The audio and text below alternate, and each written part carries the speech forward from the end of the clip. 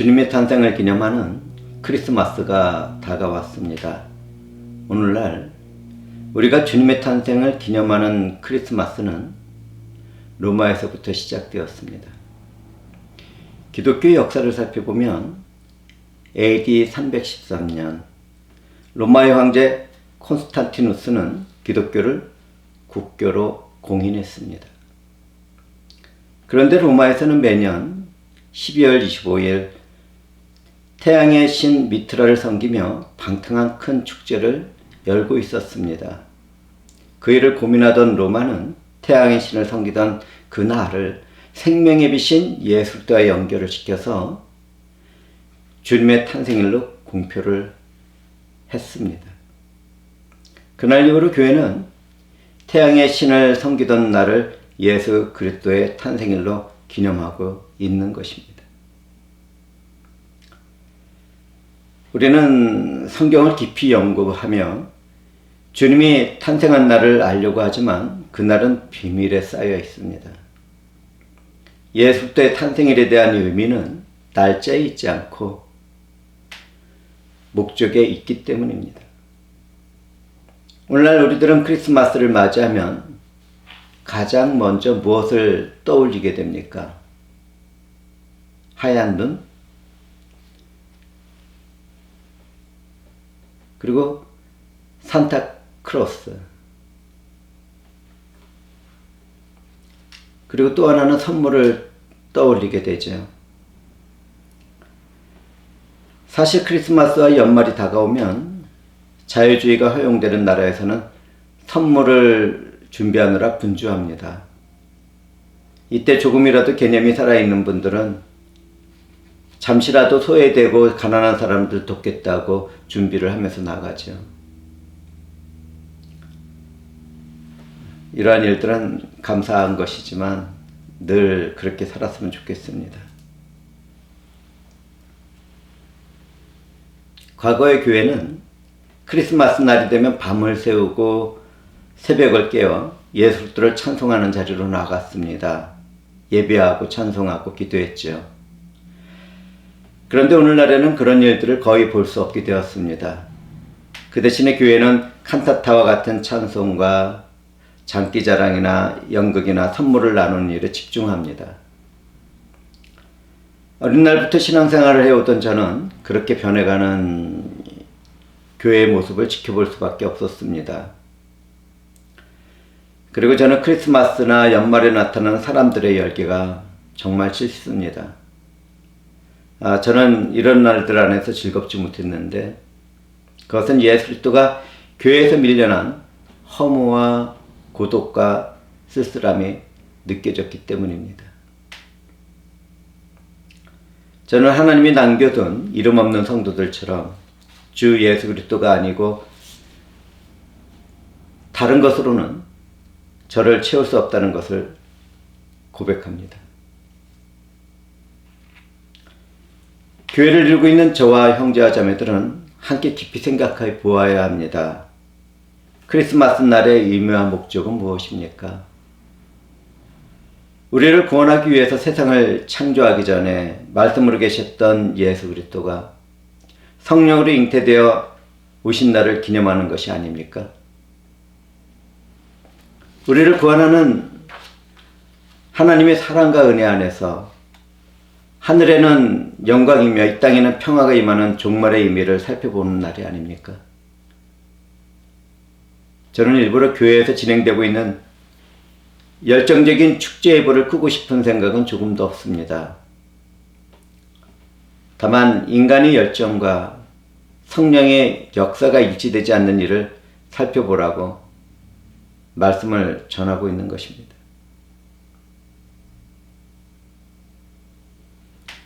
누구나 다 교회 안에서는 예수 그리스도와 복음을 이야기하고 안다고 말을 합니다. 그러나 주님과 복음을 있는 그대로 믿는 사람들은 거의 없어 보입니다. 오늘날 현대 교회의 모습이 그렇습니다. 왜냐하면 대부분의 교인들이 우리의 주인이며 구원자인 예수 그리스도에게 연합되어 있기보다는 자기 자신을 사랑하고 자기 연민에 빠져있기 때문입니다. 저는 여기에서 젊은 형제와 자매들에게 질문하겠습니다. 크리스마스 이브에 젊은 형제와 자매들은 무엇을 하고 싶습니까? 자신을 속이지 말고 이야기해 보시기 바랍니다. 예수도의 희생과 사랑과 은혜에 대한 영광을 찬송하며 선한 일을 나누는 가운데 예배자의 자리로 나가고 싶습니까? 아니면 마음이 통하는 사람들과 촛불도 켜고 선물도 나누며 인간적인 연민과 사랑이 가득한 기쁜 추억을 만들고 싶습니까?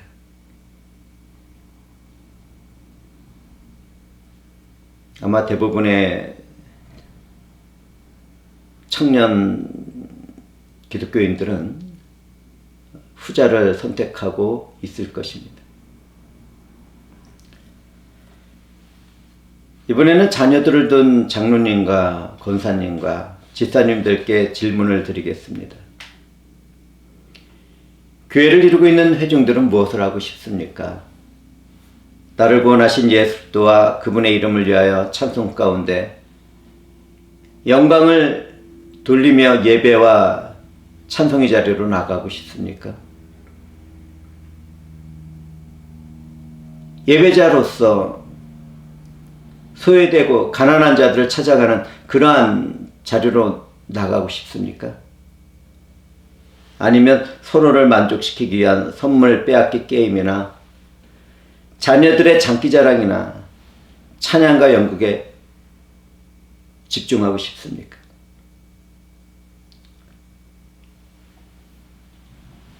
그리고 후자를 선택했다면 그 일들이 하나님의 마음에 합당한 것입니까?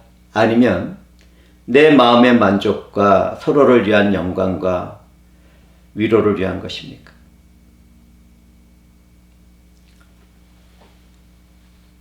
어떤 사람들은 저의 이런 설교에 짜증도 나고 욕도 하고 싶을 것입니다. 꼭 이런 식으로 좋은 분위기를 깨야 하겠어? 자꾸 이러면 목회가 안 될 거야. 이렇게 외치고 싶은 분들도 있을 것입니다. 저 또한 회중들에게도 열기와 기쁨과 위로가 필요하다는 것을 잘 알고 있습니다.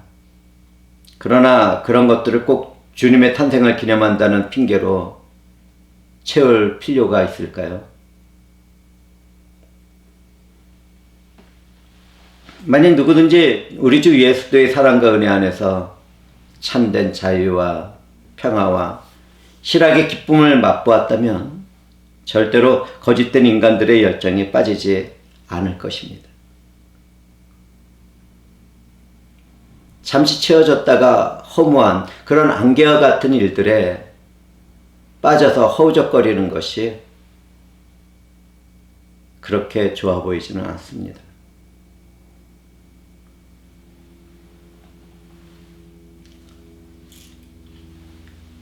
교회를 이루고 있는 무리가 인간의 열정에 빠지게 되는 것은 믿음도 없고 성령으로 거듭나지도 못했기 때문입니다. 정말 죄송한데 그렇게밖에 표현할 수 없습니다. 거듭나지 못한 종교인들이 가득 차 있는 교회를 주의 사자들이 키질을 하게 된다면 그 모습은 어떻게 되겠습니까? 알곡으로 남지 못하고 바람에 날리는 겨와 같은 모습을 보게 되지 않겠습니까?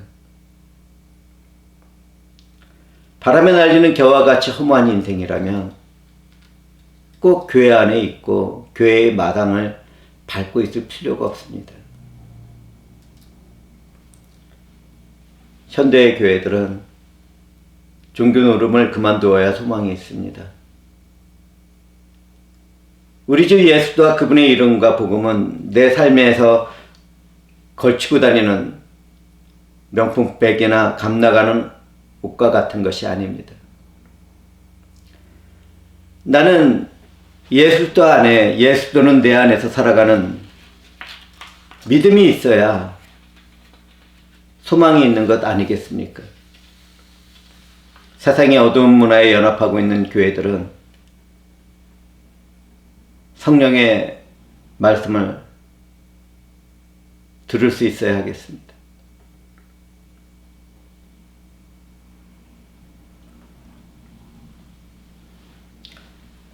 성경을 바라보면 주님도 성령으로 잉태되어 여자의 몸에서 탄생한 후에 동방에서 온 박사들로부터 몰약과 유향과 황금의 예물을 받았습니다. 그러나 그 선물들은 오늘날 우리들이 게임하며 빼앗는 그런 종류의 것들이 아닙니다. 그들이 바친 예물은 인류를 구원하기 위해서 이 세상에 온 예수 그리스도가 죽고 부활하시고 우리를 통치하는 절대적인 왕이라는 것을 알리는 선물이었습니다. 그렇다면 우리 주 예수 그리스도는 무엇 때문에 로마의 통치 가운데 십자가의 형벌을 받았습니까?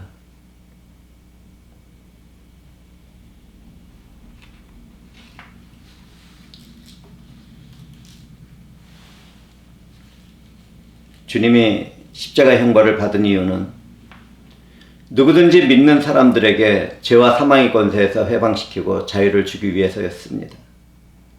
여자의 후손은 너의 머리를 상하게 하고 너는 그의 발꿈치를 상하게 할 것이라는 최초의 복음의 예언은 그렇게 성취되었습니다. 우리 주 예수 그리스도는 십자가의 형벌로 죽었지만 주님은 하나님의 아들이었습니다. 죽음의 권세는 믿는 자들의 죄를 십자가의 형벌로 다 해결하신 하나님의 아들 예수 그리스도를 계속 잡아둘 수가 없었습니다. 우리 주 예수 그리스도는 아버지와 성령의 권능과 함께 죽음에서 부활하시고 새 생명으로 부활하게 되는 우리들의 모습이 무엇인지를 직접 보여주셨습니다. 주님의 탁월하고 완전하고 절대적인 승리는 이미 완성되었고 선언되었습니다. 이미 시작되었지만 아직 완성되지 않은 주님의 통치는 은혜와 구원의 때가 지나는 주 하나님의 날에 심판주로 오실 때 성취될 것입니다. 우리 주님은 이 모든 일을 위해서 이 땅에서 태어나셨고 성장하셨고 죽으셨고 부활하셨고 승천하셨고 하나님 우편에 앉아 계십니다. 주님은 하나님의 때에 온 우주의 통치자로 위엄과 천성의 영광 가운데 임하실 것인데 과연 누가 믿음을 갖고 그분을 영접하겠습니까?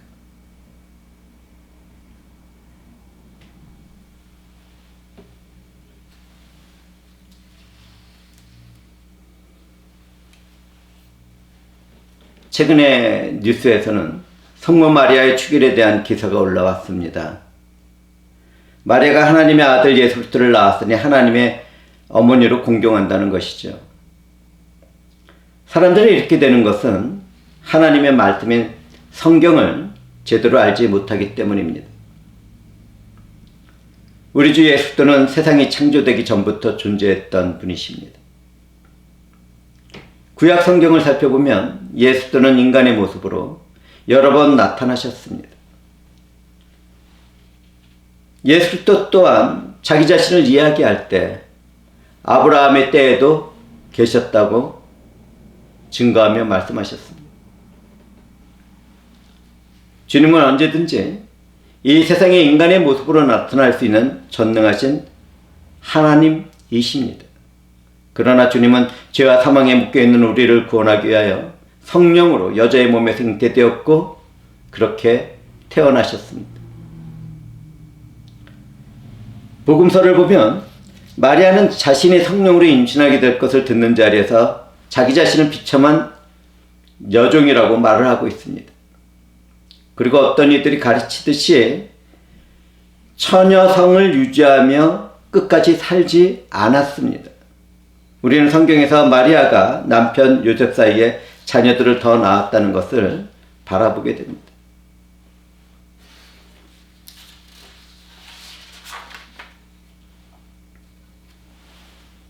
뿐만 아니라 우리는 예수 그리스도가 부활 승천하신 이후에 마리아가 사도들과 제자들과 함께 기도에 힘쓰고 있었다는 것을 발견하게 됩니다. 이런 것으로 볼 때 마리아를 성모라고 하며 우상 숭배를 해서는 안 되는 것입니다.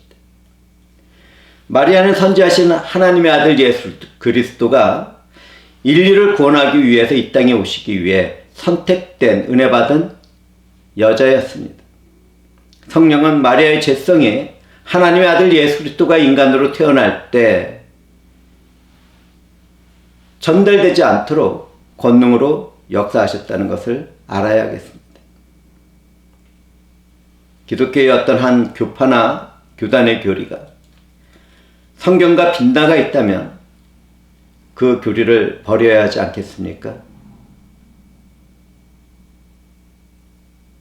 하나님이 계시하신 말씀보다 인간이 정하는 종교적인 일들이 더 권위가 있다고 믿으신다면 이미 그 사람에게는 아무런 소망도 없는 것입니다.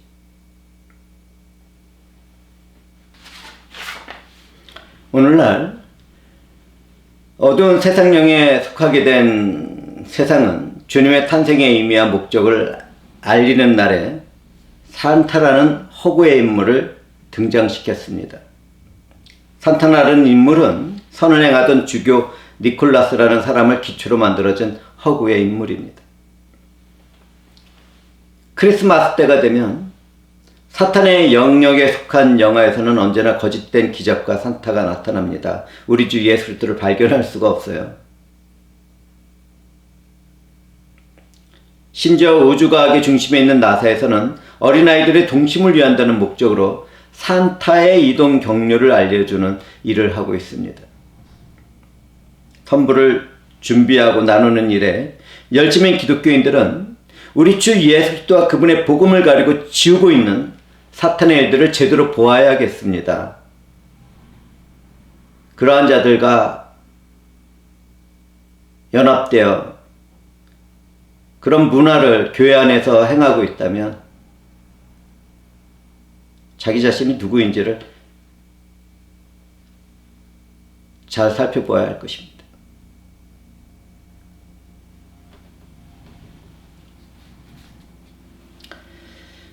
저는 이쯤에서 우리 주 예수 그리스도의 탄생에 대한 의미와 목적을 강조해 나가려고 합니다. 우리 주 예수 그리스도는 세상을 창조하기 전 말씀으로 계셨던 하나님이었습니다. 모든 인류와 세상은 말씀인 주님에 의하여 주님을 위하여 창조되었습니다. 그런데 첫사람 아담은 하나님의 말씀에 불순종하는 죄를 범하고 말았지요. 우리는 성경을 통해서 죄와 죽음의 시작과 끝을 알게 되었지만 어떻게 하나님이 그것을 허용하셨는지는 알 수 없습니다. 저는 성경을 연구하면서 인간의 자유를 살펴보게 되었는데 그 일을 통하여 하나님이 우리 인간을 얼마나 존귀하게 창조하셨는지를 깨닫게 되었습니다.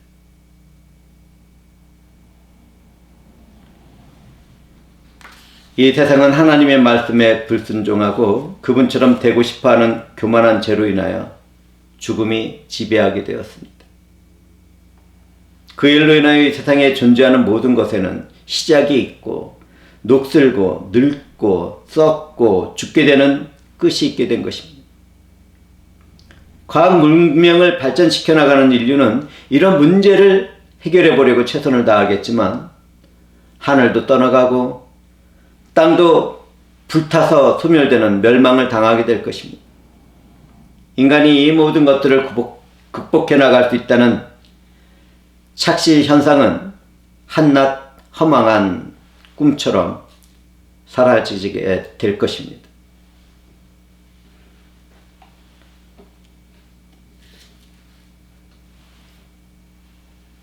이처럼 소망 없는 세상에 영원한 새 생명을 창조하기 위해서 하나님의 아들 예수 그리스도는 성령으로 잉태되어 여자의 몸에 태어났습니다. 저와 하나님의 심판의 결과인 사망의 권세에서 우리를 구원하기 위해서 그렇게 오신 것입니다. 우리는 주님이 탄생하던 날에 천군과 천사가 외쳤던 지극히 높은 곳에서는 하나님께 영광이요 땅에서는 하나님이 기뻐하시는 사람들 중에 평화로다라는 말을 깊이 새겨보아야 하겠습니다. 왜냐하면 이 말에는 종말에 이르실 새하늘과 새 땅의 의미를 내포하고 있기 때문입니다.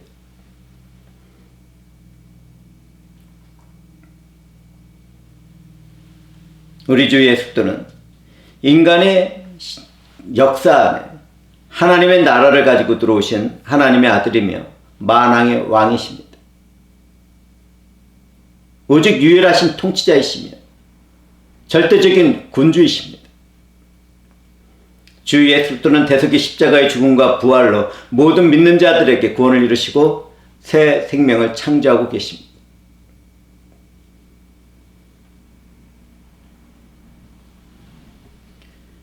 주님의 대속의 은혜 안에서 이루어지는 구원은 성령에 의하여 새로운 생명으로 탄생하는 거듭남이 있어야 합니다. 그것은 단지 변화가 아니라 완전히 새로운 인격적인 존재가 되는 것입니다. 누구든지 예수를 하나님의 아들이며 구원을 이루신 내 주님으로 믿기만 한다면 그 은혜를 받을 수 있습니다. 우리 주님이 십자가 위에서 죽으셨고 부활하셨기 때문에 누구든지 성령의 새롭게 하심을 따라 그것을 믿게 된다면 영원한 죽음에서 살아나게 되고 새 생명을 얻을 수 있게 됩니다. 우리에게 유일한 소망이 있다면 오직 예수 그리스도 한 분뿐입니다. 우리가 영원한 하나님 나라에 들어가기 위해서 해야 할 일은 하나도 없습니다. 구원을 받기 위해서 봉사하고 헌신한다면 그 길에서 떠나야 살아납니다. 하나님도 절반하시고 인간도 절반을 해야 되겠다는 그러한 생각에 빠져 있다면 그러한 생각에서 도망을 쳐야 살아날 수 있습니다.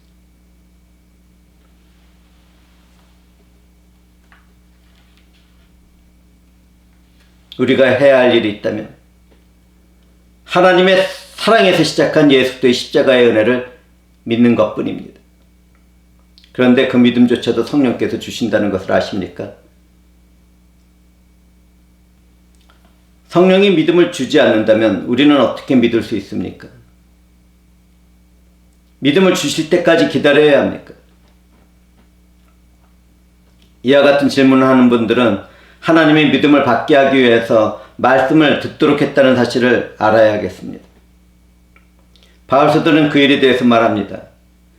그러므로 믿음은 들음에서 나며 들음은 그리스도의 말씀으로 말미암았느니라. 성령의 초자연적인 사역은 말씀과 함께합니다. 성령에 의하여 예수 그리스도 안에서 은혜로 구원을 받은 우리는 하나님의 존귀하신 영광을 영원히 찬송해야 할 그분의 자녀들입니다. 하나님은 예수 그리스도 안에서 영생을 얻게 하려고 작정하셨습니다. 영생을 얻는 사람은 예수 그리스도의 탄생과 생애와 죽음과 부활과 승천과 다시 오시는 재림을 믿게 됩니다. 영원한 생명을 받았다는 것은 하나님의 사랑에 속하게 되었다는 것입니다. 예수 그리스도의 생명과 연합되었다는 것을 말하는 것입니다. 믿는 사람도 때가 되면 모두 죽음에 이르게 됩니다. 그렇지만 주님이 다시 오시는 그날에는 천국에 가 있던 영혼과 땅에 묻혀 있던 몸이 다시 부활하여 다시는 영원히 죽음을 보지 않는 영원한 생명을 받게 됩니다. 우리는 다시 오시는 예수 그리스도와 함께 하나님 나라에서 영원하고 완전한 새 생명의 삶을 살아가게 되는 것이지. 이것이 성경에서 말하고 있는 영생의 모습입니다.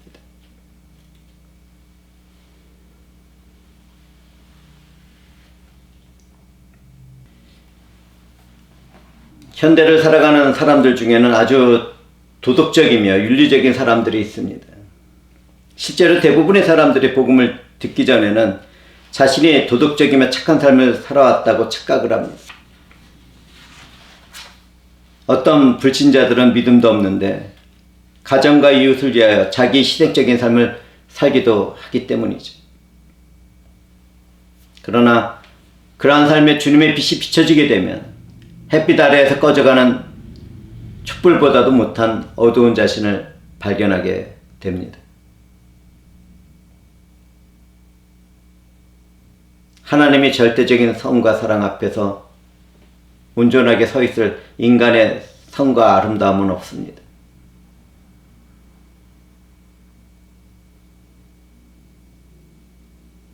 착각과 허상일 뿐입니다.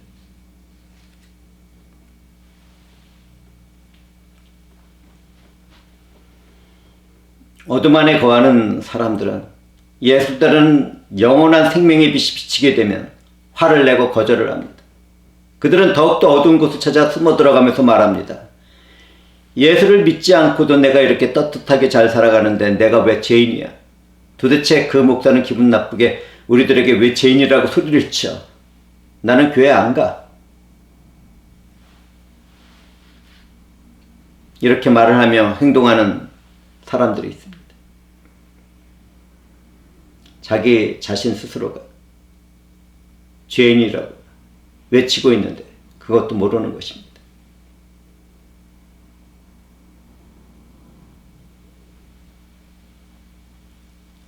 기독교에서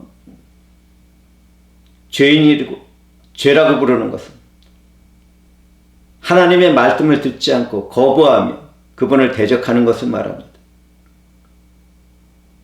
이 세상에서 윤리적인 삶을 살아가든지 그렇지 않든지 그것은 중요치가 않습니다. 그 이전에 주 하나님과 사랑의 관계가 회복되었는가? 그것이 중요한 것입니다.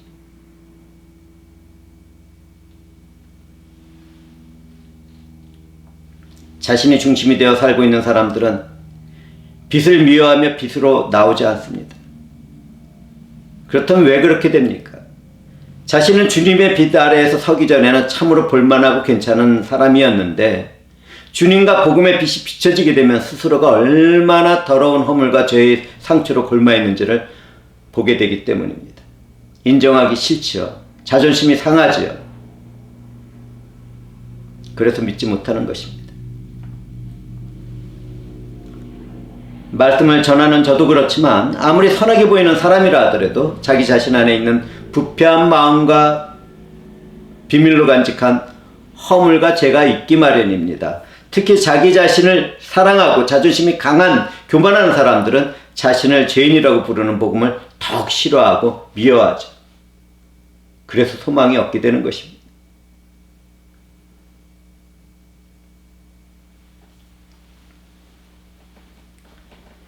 교인이라는 이름으로 살아가고는 있지만 거짓된 믿음과 종교적인 행위로 살아가는 사람들은 하나님의 영광의 빛이 비치는 지역교회를 출석하려고 하지 않습니다. 온전한 하나님의 말씀이 전해지고 그것을 받기보다는 자기가 경험하는 주관적인 그 체험신앙을 갈망을 합니다.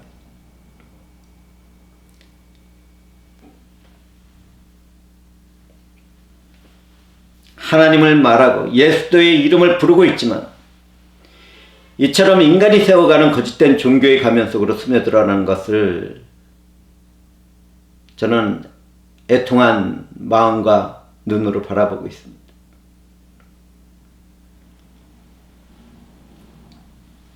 우리가 알아야 할 것은 그와 같은 일을 하는 지역교회 목회자뿐만 아니라 그러한 일을 좋아하고 함께하는 분들은 벌써 하나님의 심판을 받았다는 것입니다.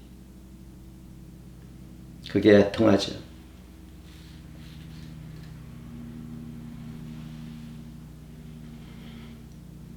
그럼에도 이러한 말씀을 들을 수 있는 사람들에게는 하나님이 기회를 주시는 것입니다.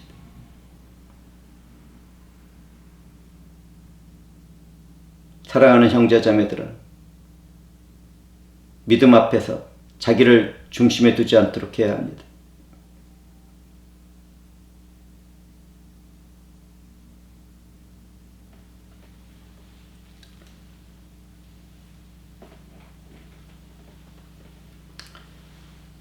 교회 안에서 선하고 아름답게 살아가며 거룩한 삶을 추구하던 사람들이 나는 죄인 중에 괴수라고 하는 것은 그 사람이 다른 사람들보다 더 죄인이라서 말하는 것이 아닙니다. 오히려 더 선한 삶을 살아가고 있음에도 주님이라는 복음의 빛 앞으로 더 가까이 갔기 때문에 고백하게 되는 것입니다. 주님의 강명한 빛에 가까운 사람들일수록 자신이 얼마나 큰 죄인이며 어두움에 빠져 있는지를 깨닫게 되고 고백하며 회개의 자리로 나가게 되는 것입니다.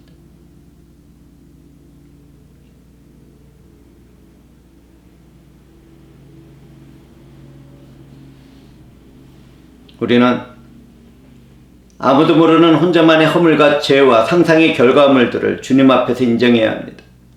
만약 누구든지 용기를 갖고 주님의 복음이라는 빛 앞으로 나오기만 한다면 그동안 인정하기 싫었던 자기 자신의 죄악된 모습과 어둠을 사랑했던 습관과 일들이 무엇인지를 깨닫게 될 것입니다.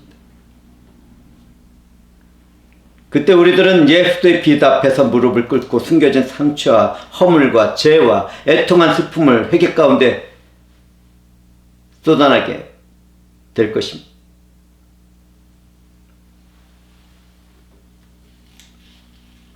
주님과 복음의 빛은 마치 날아오르는 치료의 날개 같아서 우리의 모든 허물과 죄와 애통한 상처와 기억들을 깨끗하게 치료하십니다. 그리고 우리는 주님의 영에 의하여 거듭남이라는 새 생명을 얻게 되고 참된 자유로 진리 안에서 사랑을 나누며 주님의 영광의 빛을 드러내는 일에 쓰임을 받게 될 것입니다. 오늘 우리는 크리스마스를 앞두고 예배의 자리에 나와 있습니다. 서로를 향한 선한 마음과 사랑 가운데 선물을 준비하고 나눌 준비를 하고 있습니다. 그러나 우리는 이런 마음과 열정들도 모두 다 허무한 인생이라는 것을 고백하도록 합시다. 그리고 주님의 탄생에 대한 의미와 목적을 깨닫는 가운데 모든 영광을 하나님께 돌리도록 합시다. 사랑하는 형제자매들은 주님의 이름과 영광을 위하여 찬송을 준비하고 연극을 준비하고 선물을 준비했다는 변명보다는 우리는 어쩔 수 없는 죄인들이 있기 때문에 서로를 위하고 서로의 기쁨과 열광에 빠지게 된다는 것을 고백하도록 합시다. 그렇기 때문에 우리들의 인생에서는 주 예수 그리스도만이 유일한 소망이라는 것을 애통한 마음으로 한 번 더 고백하도록 합시다.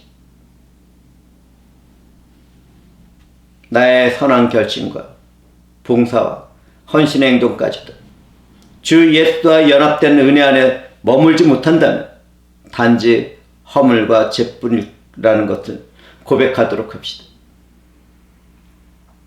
우리 주 예수 그리스도로 인하여 죄와 사망에서 건짐을 받았고 하나님의 자녀의 삶을 살아가게 되었다는 것을 고백하며 받은 은혜에 감사하는 그런 영광의 삶을 살아가도록 합시다. 말씀에 순종하며 성령의 지시를 받으며 오직 주 하나님의 영광과 이름을 위하여 살아가겠다는 고백을 하는 성도들은 복된 것입니다. 우리 주 예수의 탄생이 우리의 구원을 위한 하나님의 절대적인 성과 사랑과 공의를 이루는 의지라는 것에 감사를 드리며 설교를 마치도록 하겠습니다.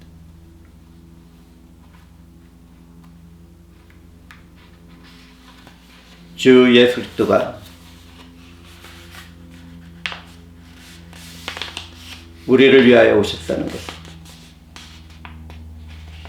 고백하는 현장에